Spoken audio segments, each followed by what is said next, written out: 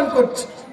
যে বৃদ্ধা মহিলা বন্দে মাতরম স্লোগান নিয়ে তমলুকের বুকে গুলিবিদ্ধ হয়ে মরে গিয়েছিলেন, ভারতবর্ষের পতাকাটাকে ঊর্ধ্বে রেখে তার নামটাকে ইচ্ছাকৃতভাবে কলঙ্কিত করার চেষ্টা করেছে।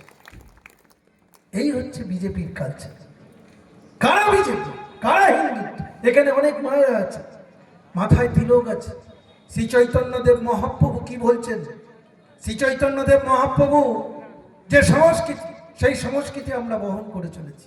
তার যে মূল লোক ছিলেন জবন হরিদাস, যিনি একজন মুসলিম পরিবারে তার বেড়ে ওঠা। জবন হরিদাস, হরি ঠাকুর, তার বেড়ে ওঠা হচ্ছে মুসলিম পরিবারে।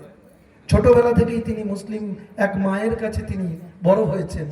আর তার মুখে কৃষ্ণ নাম জপ শুনতে শুনতে শুনতে শুনতে তার যখন মৃত্যু হলো, তখন শ্রী চৈতন্যদেব বলছেন, ওরে হরিদাস, তোর পথেই আমি এগোবো, তোর এই কৃষ্ণ নামই আমার সাধন মন্ত্র হোক।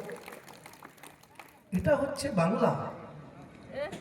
আমরা যখন শ্যামা পুজো করি, নজরুল ইসলামের গান বাজে, কালো মেয়ের পায়ের তলায় দেখে যারে আলোর নাচো। কে লিখেছে? নজরুল ইসলাম লিখেছে, রবীন্দ্রনাথ লিখেছে। এদেরকে আমরা কি করে ভুলে যাব? আমার সংস্কৃতিতে, আমার রক্তে ধমনীতে বইছে। এটাকে ভুলিয়ে দিতে পারে এরা? বিদ্যাসাগরকে অপমান করছে, যে আমায় ভাষা দিল, যে ভাষায় আমি আপনাদের সামনে বক্তব্য রাখছি, কথা বলছি, বিদ্যাসাগরকে অপমান করছে।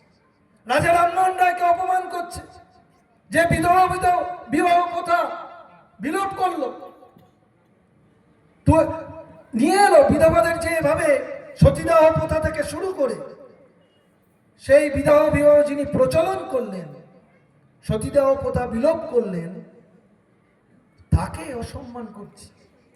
ভাবতে পারেন? কাউকে বলছে তেজর কুকুর।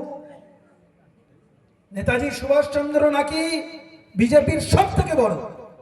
নেতাজি সুভাষচন্দ্র বোসের আমলে যখন বিপ্লবীরা একের পর এক ধরা পড়ছেন, তখন নেতাজি সুভাষচন্দ্র বলেছিলেন, এই বিজেপির আরএসএস বাহিনী থেকে তোমরা দূর থাকো, যারা ধর্মের প্রচার করে।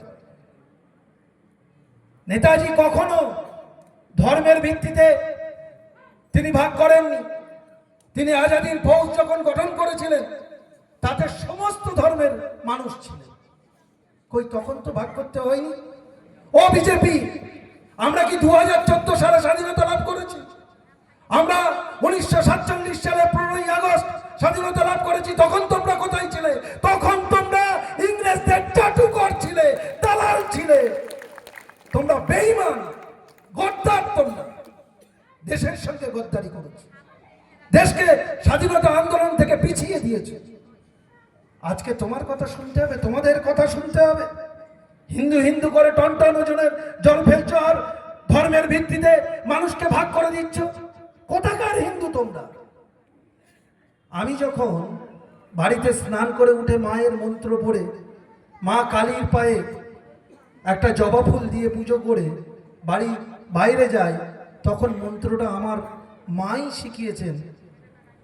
ওম সর্বমঙ্গল মঙ্গলে শিবে সর্বার্থ সাধিকে শরণ্য ত্রম্বকে গৌরী নারায়ণী নমস্তুতে সৃষ্টি স্থিতি বিনাশানাং শক্তিভূতে সনাতনী গুণাশ্রয় গুণময়ে নারায়ণী নমস্তুতে শরণাগত দীনার্থ পরিত্রায় পরায়ণে সর্বশক্তি হরে দেবী নারায়ণী নমস্তুতে। এ ধর্ম শিখতে আমি বিজেপির কাছে যাব না। আমি হিন্দু, আমার মা শিখিয়েছে, আমার অন্য কেউ শিখায়নি। আমি ধর্ম তোমার কাছ থেকে শিখতে যাব।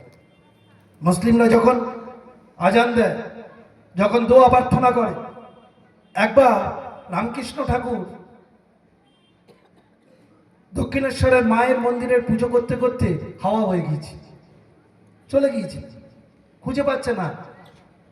ওর ভাগনা ছিলেন, রামকৃষ্ণ ঠাকুরের ভাগনা ছিলেন হচ্ছে হিদে।